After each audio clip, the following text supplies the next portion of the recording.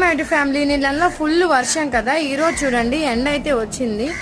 ఎండ వస్తుంది, కాసేపటికి ఒకసారి మళ్ళీ చినుకులు పడతానే ఉన్నాయి. ఇప్పుడు మా పొలాల పరిస్థితి ఎలా ఉందో చూపిస్తాను రండి. మా ఇంటి దగ్గర నుంచి అయితే మా పొలాలు కనిపిస్తాయి. మీకు కూడా కనిపించేలాగా నేను జూమ్ చేసి చూపిస్తాను చూడండి.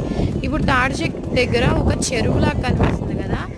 ఇవి చెరువు అయితే కాదు, వర్షానికి నారంతా పాడైపోయి ఇలా తయారైపోయింది. చూసారా, మొత్తం ఇలా అయిపోయింది. దగ్గర నుంచి వీడియో తీద్దాం అనుకున్నాను.